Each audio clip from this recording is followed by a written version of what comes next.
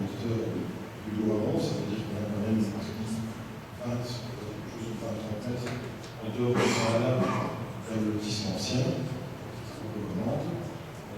Et on sait qu'on va améliorer la situation. Alors, j'insiste sur le fait qu'on l'améliore probablement. On ne prend pas après le garantie.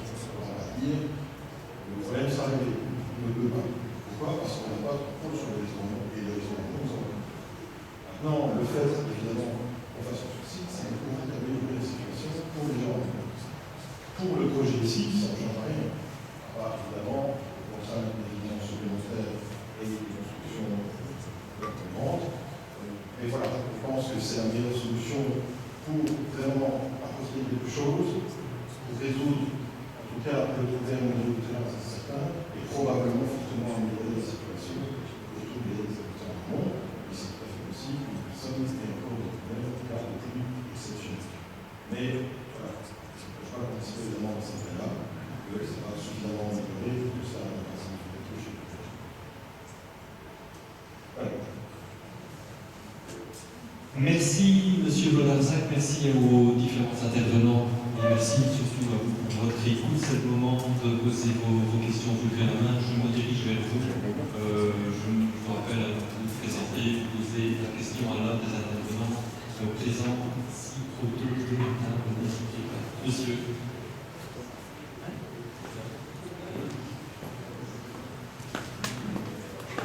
Voilà. Freddy Meus, rue de la Libération. J'aurais pu savoir où se faisait l'entrée des véhicules dans le lotissement du club. On va voir que c'était sur la 3. J'aurais pu voir la précision et savoir s'il y a eu une entrée ailleurs.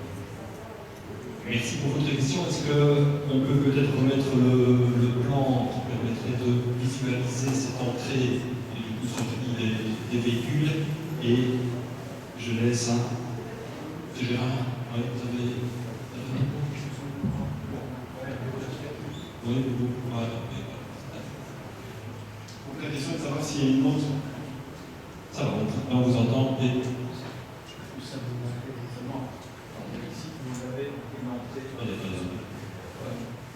Vous avez l'entrée donc du site au niveau des véhicules qui se fait vraiment ici. Donc on est vraiment en face de la pompe à essence ici. Donc toutes les entrées et sorties du site au niveau véhicule se font faire par ici.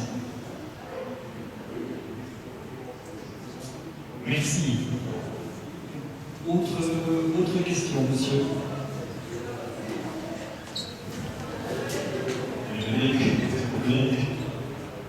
Bonsoir à tous, je suis du projet et j'ai plusieurs questions. On va commencer par ce qui a été développé par le Berger avec le déménagement. La question se pose non seulement en amont, vous devez faire les plus en amont. On a compris que l'annulation de la combinaison mais plus de l'aval. Donc si on nous demande le début en amont, est-ce qu'il y a une annulation très nombreuse en aval au niveau de la RGC, arrivant à reprendre le trop-plein du boulot cartien et également l'organisation Lyon, la N3I et celle qui vient aussi de la chaussée. Ça, c'est une première question. Je peux peut-être attendre la réponse avant. Mais... On va faire ça, je vous propose. On va essayer. Monsieur Vodarzac, je sais avec vous. Monsieur Vodarzac, en aval, quid? Donc, en aval, ce sera pas exactement le plan de connexion sera exactement le même que celui actuel. Donc, c'est au niveau de l'étage, peut-être la vue précédente. Voilà. Donc, ici, on voit au niveau de la nationale, le point de rapport existant, on garde exactement le même. Et ce que nous proposons ici, voilà, juste ici, vous avez le point de connexion, on ne change pas. Donc, on va même préconiser la canalisation qui vient se raccorder au niveau du collecteur de la nationale. Et justement, c'est pour ça que je t'en parlais, nous avons la solutionalité d'avoir le bassin d'orage, c'est de justement conserver le débit théorique actuel. Et donc on temporise. Idéalement, si on reçoit plus d'eau, plutôt qu'aller dans les cages tous les jours, c'est d'envoyer plus d'eau. Ici, on propose même, pour éviter d'avoir des discussions et d'empirer la situation du collecteur du l'instant on estime que vous recevez 348 secondes, eh bien, vous allez toujours recevoir 348 secondes.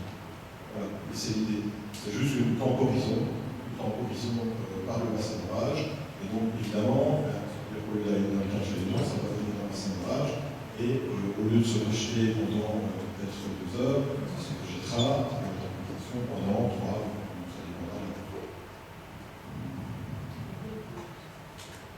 Donc vous faites partie de l'étude, mais je ne pense pas que vous soyez l'auteur de l'étude de la silence. Pas du tout. L'étude de la silence, c'est pas. J'encourage monsieur, auteur de l'étude de la silence, vraiment à vérifier de très près ce qui va se passer en aval de futur déménagement. Une autre question à l'auteur du projet du bureau d'architecte, donc il a entamé finalement sa présentation en indiquant qu'effectivement il y avait une planification du territoire à l'endroit qui a été arrêtée exactement par le conseil communal. Il a indiqué devoir s'inspirer et même pouvoir aller plus loin. Il faut quand même que l'Assemblée se rende compte qu'il y a des fameux écarts par rapport à la densité autorisée justement de ces planifications-là, en particulier la densité qui est réservée au logement multifamilial. Et donc, un cinquième de ce terrain qui est réservé à la propriété multifamiliale. Je vois qu'on y a à peu près. Par contre, au niveau de la densité, vous avez des écarts extrêmement importants. Ce qui est gênant finalement pour ceux qui connaissent le coin, c'est la mobilité. Donc c'est l'impact et la pression qu'il y a sur le territoire. Vous devez savoir que les choses qui sont structurantes finalement et qui déménagent toute la mobilité de la commune passe par la R3 et par la RN3. Tout le monde ici dans la salle sait à quel point l'ordre est encombré, surchargé et presque impossible à pratiquer. Moi, je m'inquiète franchement de voir une telle densité d'habitation nouvelle, sans compter ce qui existe déjà et ce qui va encore exister. Et donc, monsieur l'auteur de l'éducation, soyez aussi attentifs dans vos comptages à ce qui existe, à ce qui va exister, parce qu'il a été cité les immeubles à appartements des Auvergnats, qui bizarrement ont été autorisés à rejeter sur la chaussée les sorties de véhicules de ces immeubles-là, à quelques mètres de bon point. Vous ne faites pas un tout petit peu mieux, c'est-à-dire que vous êtes un tout petit peu plus loin que le bon point, mais en quantité de véhicules, franchement, je m'interroge. Et je m'interroge d'autant plus que dans les aménagements futurs, on n'est pas le seul projet.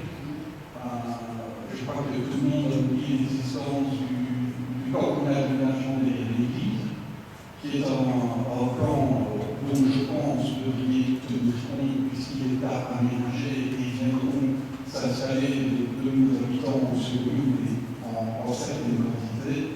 Donc je reviens finalement aux coordonnées structurantes de la RN3 et de la RN3I, axe d'émergence pour toute la population, non seulement de Noise, mais en général, les difficultés qu'on connaît et les difficultés à venir avec cette densité qui démontre un certain écart par rapport à ce qui a été arrêté par le conseil communal il y a presque 12 ans. Merci monsieur. Est-ce que ça nécessite, si oui, n'hésitez pas à les intervenants autour de la table durant la formation, sinon j'ai vu que vous prenez déjà des notes avec des réactions renouvelées. Bien sûr. Donc, effectivement, je me vais parce que sinon je ne vois pas la personne. Mais donc, effectivement, par rapport au RE, qui est devenu maintenant, enfin, qui a un autre nom maintenant, c'est un SOL, c'est un schéma d'orientation locale, on va vérifier la conformité du projet aux différentes options d'aménagement qui étaient prises dans ce document-là. Donc, vous parliez de densité, donc je l'ai noté, voilà, vous vérifiez que c'est bien conforme ou en écart par rapport à ce document. Et par rapport aussi aux différentes options. En termes de mobilité, effectivement, c'est un point qu'on avait déjà au moment où on a établi notre offre. C'était un point d'attention important et donc on a prévu des comptages longue durée, donc pose de compteurs, et une discussion également avec le gestionnaire de la voirie, donc le le service de Wallonie pour la mobilité et l'infrastructure. Donc voilà, ces éléments-là, effectivement, trouveront réponse dans l'étude d'incidence. Merci. Autre question, monsieur?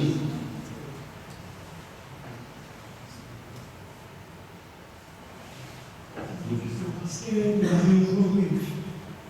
le rapport de Amnesty prévoyait qu'on avait déjà des inondations par grosse pluie. Alors j'aimerais savoir, on va rajouter l'équivalent de ce qu'il y a en amont.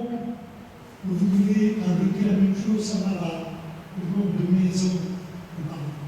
On rive 36 maisons. Le point de départ, c'est plus haut que la place du Tigre, le départ du Légo. Pour arriver, c'est dommage qu'on ne met pas le point d'arrivée où la jonction de Légo se fait, parce que vous allez avoir des surprises, j'ai l'impression. Ici, il est bien stipulé dans le rapport urbanistique, obligatoirement sera compris sur les Légo existants. Ici, on parle quand même que c'était une servitude que de pluie. Quand vous faites la photo avec Google, vous voyez le tracé de l'égout. Alors, et vous allez mettre de nombre de ce l'égout existant.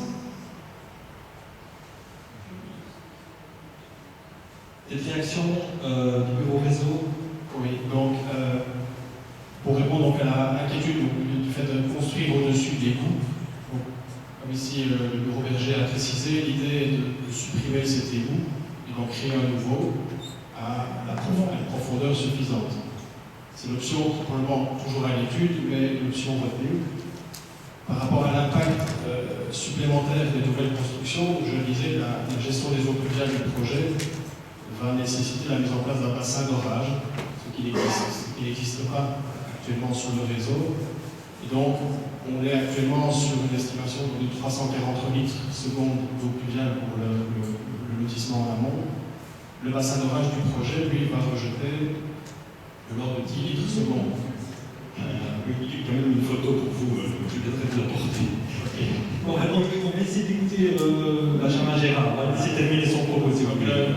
Le SPE impose des normes de rejet de matière d'eau pluviale pour les bassins d'orage de 5 litres par seconde par hectare urbanisé. On est ici sur un lotissement de 2,6 hectares qui ne sera pas à 100% urbanisé.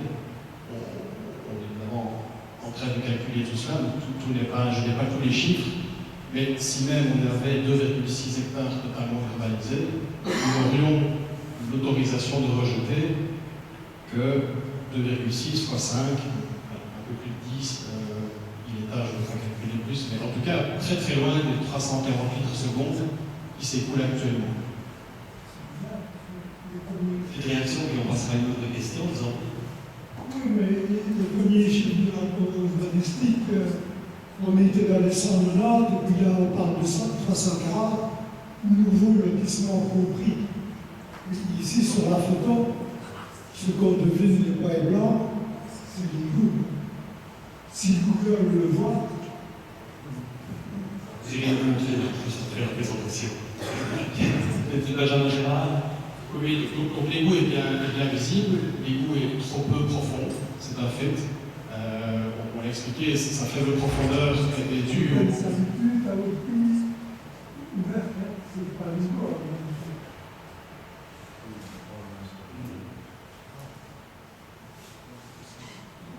N'hésitez pas pour le micro si Benjamin Gérard est là, s'il y a plus de d'informations, on a fait pour le moment en tout cas une première réponse. Tout ça est à l'étude, et voilà, ça a proposé de mettre sur plan une solution efficace. Complément peut-être à l'exemple de Madame Zach. Juste pour résumer, donc en fait, si vous parlez du Légo, vous voyez dans Google, vous parlez de Légo qui traverse le terrain. Donc nous, effectivement, c'est un problème. Je n'ai pas assez profond, mais Légo est un problème. Nous proposons de remplacer cet égout par un égout équivalent de diamètre, mais avec une fréquence, d'accord, donc il sera déjà plus profond, et d'avoir une gestion des eaux qu'on va trier et qu'on va relever également. Parce que voilà, on veut améliorer cet égout problématique. Et ce que je disais tout à l'heure, monsieur, ici, on propose aussi de rester sur le même débit théorique aussi de l'égout actuel. Je pense que l'égout de la chaîne on propose de faire une station chauffage qui reste sur 340 secondes, temporisée. Bon, ça veut dire que ça va normalement améliorer l'amont, ça ne va rien changer en aval, évidemment, la gel, c'est pas ça le problème, c'est la portée instantanée. Et pour compléter ce que vous avez expliqué, pour le projet, comme ça, c'est juste pour reprendre les autres des lotissements en amont du projet. Et pour le projet ici, de toute façon, les règles sont nouvelles et sont claires, on doit temporiser également. Et on doit tellement temporiser que finalement, le débit que l'on va ajouter à l'égout au niveau de la nationale, c'est pas grand-chose. On va parler de 10 litres secondes, c'est ça, 10-12 litres secondes par rapport à 350 litres. Je suis sûr, ça ne va pas changer grand-chose. Donc, effectivement, ce débit-là, il faut plus que 350 secondes. Merci. Autre question, monsieur? Bonjour, donc moi c'est Anthony Sineri, j'habite à Magnoul, je me fais aussi. Donc moi j'ai plusieurs questions également. Donc on voit ici au niveau de la mobilité, parce que c'est le gros problème à Rouen, on le répète assez souvent. On parle ici donc de plus ou moins combien de logements exactement? 70, si on une cinquantaine de logements plus le commerce qui attire également maximum 70. Donc à compter de places de parking, c'est ce qui nous impose, ça veut dire qu'on fait une moyenne de 100 en voiture rien pour les logements, plus les gens qui viennent dire bonjour, etc. Sans compter le commerce qui va attirer également tous les points d'activité des voitures. Je vois ici que l'entrée et le rejet se fait au même endroit, c'est-à-dire 50 mètres du rond-point. Donc la DGOA, je ne sais pas si elle a déjà été interpellée à ce sujet, et si elle a donné son aval. Personnellement, quand je vois ce qu'on me demande, on parle également d'Isovilla, et là je viendrai aussi sur le gabarit. Quand vous dites un petit peu en dessous de la pompe totale, dites clairement Ré plus 4 en fait. Ça va un Ré plus 4 que vous prévoyez de faire dans les bâtiments qui seront le long de la nationale, si j'ai bien compris. Parce qu'on parle un petit peu plus petit. Voilà. Je continue de poser mes questions, parce que jusqu'à présent, on parle souvent du bâtiment d'Isovilla, et c'est un Ré plus 2, donc c'est quand même nettement plus bas qu'un Ré plus 4. Donc oui, au niveau de la mobilité, pour revenir sur l'égouttage aussi, j'entends bien ce que Pierre-Henri disait, il y aura un bassin tampon, ça oui, mais la connexion à l'égout sera la même. Donc on va pouvoir temporiser grâce à un bassin d'orage, des pompes de relevage, qui dit des intervenants supplémentaires, dit des risques de problèmes aussi, il faut qu'on sache aussi qu'une pompe de relevage n'est pas éternelle, et s'il y en a une qui flanche ou quoi, on risque d'avoir des problèmes également, mais ça, on va avec des sites. Moi, je veux juste savoir qu'à un moment donné, cette section, s'il y a 70 logements, plus un commerce, plus les eaux usées qui sont en amont de la rue Armand-Vaury, etc., qui vont être temporisées dans un bassin d'orage, et remonter, comme vous dites, en temporisant, il faudra calculer, j'imagine c'est votre travail, le débit pour qu'en une journée, ça puisse se temporiser et revenir. Parce que vous avez l'air d'avoir la certitude qu'on aura le même débit en aval à l'égouttage. C'est ce que vous venez de dire. Vous avez dit que le fait d'avoir un bassin en fond va permettre de garder le même débit à la décharge dans l'égout. C'est nous qui fixons. Mais là, par exemple, de relevage, nous fixons le débit qu'on rejette. Évidemment, en fonction du débit rejeté et en sachant le débit que l'on reçoit, c'est là qu'on va évidemment temporiser. Et en fonction des intensités d'orage, on sait qu'on doit obtenir un tel orage. À 100 ans, on va avoir tel volume. Ça, évidemment, il sera calculé de manière précise. Parce qu'il y a des inconnus, vous parlez d'orage, si on a des fortes pluies, plus beaucoup de rejets dans les égouts, parce que c'est des eaux pluviales, et les eaux usagées qui vont finir là-dedans dans la d'orage. Donc imaginons que le calcul est fait sur les eaux usées et un pronostic sur les eaux de ruissellement, les eaux de pluie, mais encore une fois, la science n'est pas non plus exacte à 100%, on est d'accord. D'accord, évidemment, mais vous avez vu qu'on utilisait des abacs où on parle justement de pluie, de période de retour des pluies, et on travaille en général sur le cas les plus contraignants. Donc en général, le plus contraignant, ici, c'est de l'ordre d'une pluie centenaire qui dure, je pense, c'est la minute dans ces zones-là. C'est celle qui est la plus contraignante pour nous et qui nous demande d'avoir le plus gros volume. On prend toujours le plus contraignant, on prend toutes les pluies. Donc maintenant, voilà, ici, alors effectivement, en général, je veux qu'on discute avec les autorités qui gèrent etc., pour se mettre d'accord sur quelle pluie, voilà, par exemple, à Liège, ils fixent maintenant les états 25, maintenant ils fixent à 30 ans la compte de cours, et puis on et 20 bassins. Ici, nous, tout de suite là, sans autorité, on a dit, prenons vraiment le cas extrême. Voilà. Donc, évidemment, ce point-là, on va discuter, parce que c'est peut-être pas non plus nécessaire d'être là, mais on a voulu montrer, par une démonstration extrême, qu'il y avait moyen, qu'il y avait une solution. Voilà. Et pour répondre à votre autre point, avec les risques, effectivement, les entretiens, etc., non, ça se maîtrise quand on a une installation neuve, par exemple, j'ai le relevage, il y a un entretien, il y a des alarmes, on met éventuellement un peu de courant secouru au cas où il n'y a pas d'électrique, etc. On a des études de niveau, voilà, tout ça, c'est des aménagements qui, dans une installation neuve, se font pour justement éviter les surprises aussi. Merci beaucoup. Justement, voilà, ça va permettre la toute première question concernait la mobilité. Monsieur Gérard.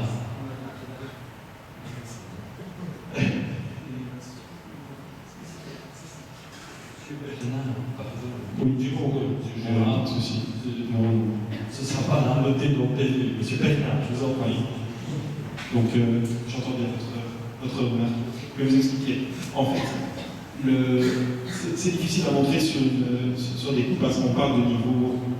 Le problème, c'est qu'à des échelles pareilles, des niveaux des fois de 3-4 mètres se voient difficilement. En fait, l'avenue Louis Jagot et la rue Chaussée sont des voiries, on va dire, relativement plates, mais qui sont jonchées de contreforts, donc de pentes relativement fortes. Vous voyez, chez Isobila, on a un contrefort de plus ou moins 3 mètres de haut, donc quasiment à niveau.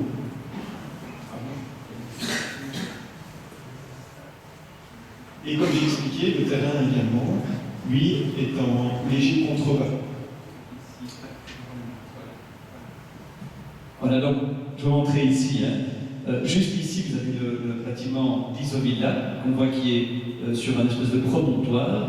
Et donc voilà le gabarit que nous avons pris, et voilà le gabarit du bâtiment qu'on envisage de manière à ce qu'on soit quasiment identique au bâtiment. Donc on veut vraiment s'aligner par rapport à ces éléments-là. Donc effectivement, on développe un R+4 ici, mais c'est pour s'aligner à l'autre bâtiment là-bas. Et vous dites que le R+4 est équivalent au R+2 sur les plans. Voilà, tout à fait, exactement. Donc vous les voyez ici. Donc ici, vous avez, ça c'est le point haut du bâtiment Isobila, et voilà le point haut ici. Et vous voyez qu'on est quasiment au même niveau. On a des cotes, j'imagine, on a des cotes. Tout à fait. En fait, les cotes qui sont, donc on est basé sur les niveaux de géomètre. On a reçu les plans de chez Isobila, on a reçu les plans également du bâtiment qui abrite, je ne me rappelle plus la maison qui s'occupe de ça, mais donc de Maison du Monde.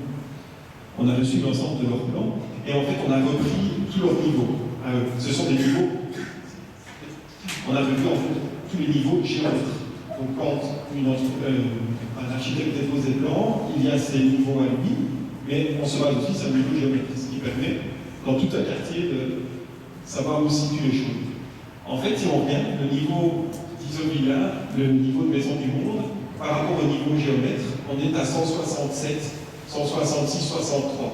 Aux alentours de 167. En effet, avec un R+2. En effet. Nous, ici, avec la forte pente, l'élément signal qu'on a dit, donc qui est vraiment l'élément le plus haut du site, ici, en effet, monte à 168. Ça veut dire qu'on est 1,20 m, plus ou moins, plus haut que le bâtiment d'Isobila ou que le bâtiment de Maison du Monde. Tout le reste est bien inférieur de 2 étages, sauf de nouveau l'élément à l'avant ici, qui lui respecte, en fait, on verra dans la coupe suivante, les 164. Et vous verrez que la station servite se situe également à 164. Tout en fait est une question de niveau de droit. En fait, en effet, vous avez raison, celui-ci peut être considéré comme un R+4, mais il est entraîné d'un niveau. Donc ça devient un R+3 par rapport à la voie. Voilà. Ouais. Et donc, c'est vraiment une question de perception, et c'est pour ça qu'on a fait on vous a fait une 3D vue depuis tous les axes, pour que vous vous rendiez compte aussi de l'élan que ça donne, et qu'il n'y a pas véritablement une cassure. On n'a pas d'effet bâtiment très haut, c'est plus quelque chose de graduel. Voilà. Je crois que ça réagit. Attendez, on va poser votre question. Monsieur ou madame, il faut vous mettre d'accord. Sinon, les deux, je passe. Merci.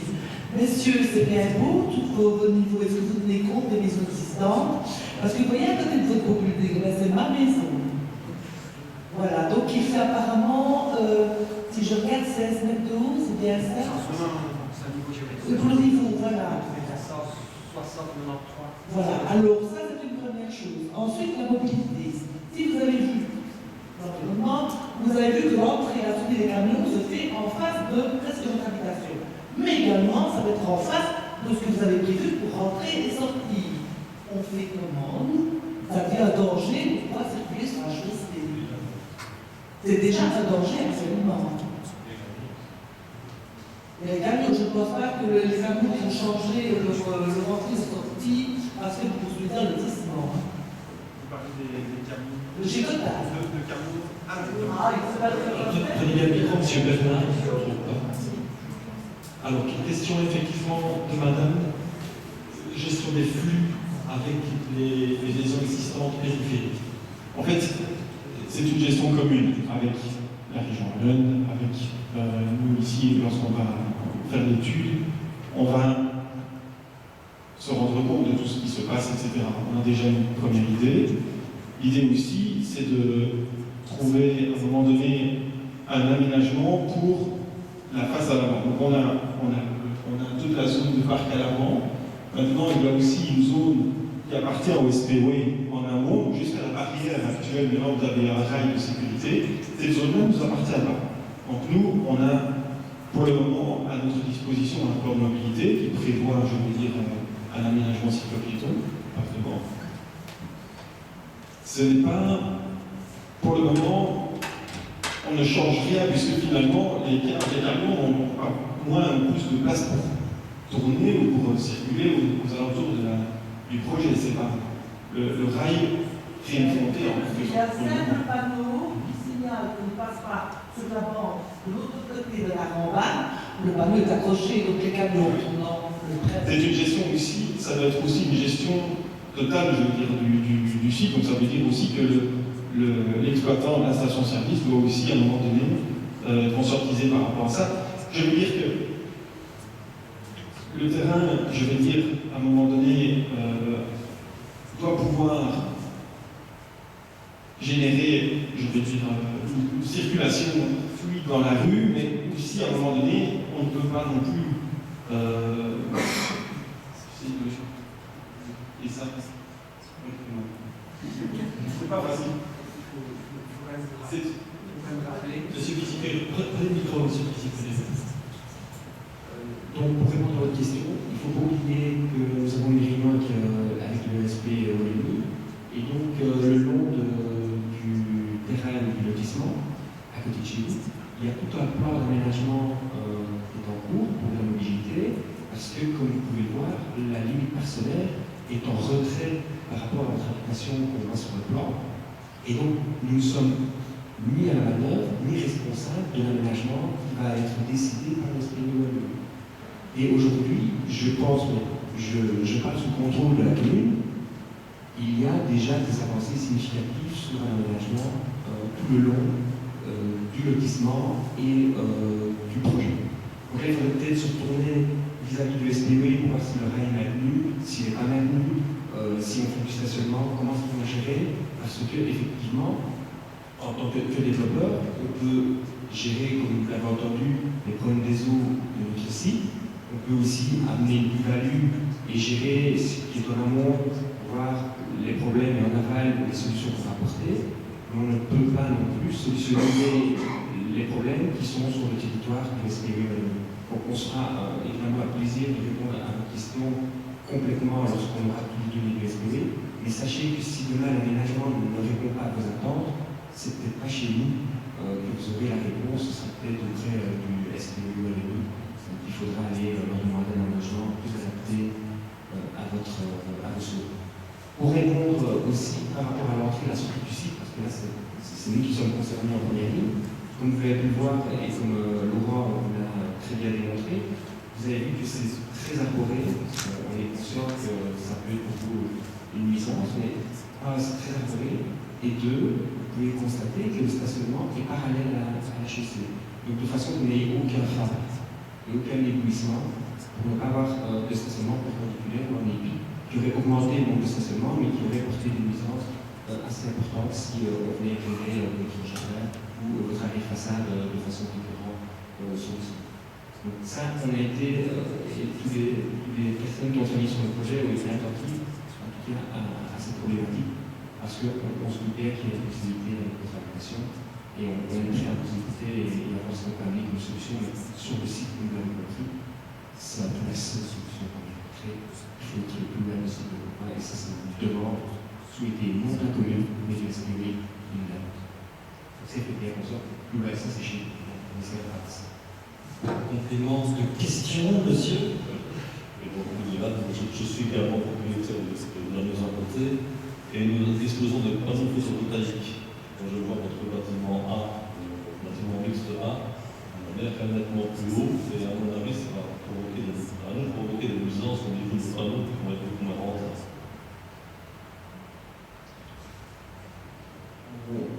Je pense qu'on va étudier cette question simulationnelle. On va étudier les techniques d'enseignement pour voir l'impact qu'aurait l'immeuble sur un panneau photovoltaïque. Et on essaiera de répondre le plus précisément possible en fonction des études. Ça m'intéresserait aussi que vous soyez ceci, c'est de poser des questions et on prend note et les réponses, peut-être pas immédiates forcément, mais en tout cas elles sont actées. Madame. En fait, moi j'habite dans rue Argenterie et mon intérêt donne justement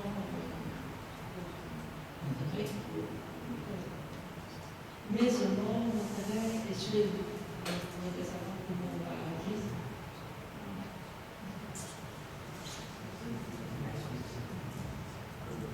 Vous êtes situé où exactement? Je suis une des seules en fait, à gauche, sur la oui, là. Donc effectivement, si on prend le plan géomètre, on est En fait, là. c'est une des seules maisons qui est sur le rivière. Actuellement, le géomètre n'est pas présent, je vais répondre pour lui. Actuellement, il n'y a pas de modification.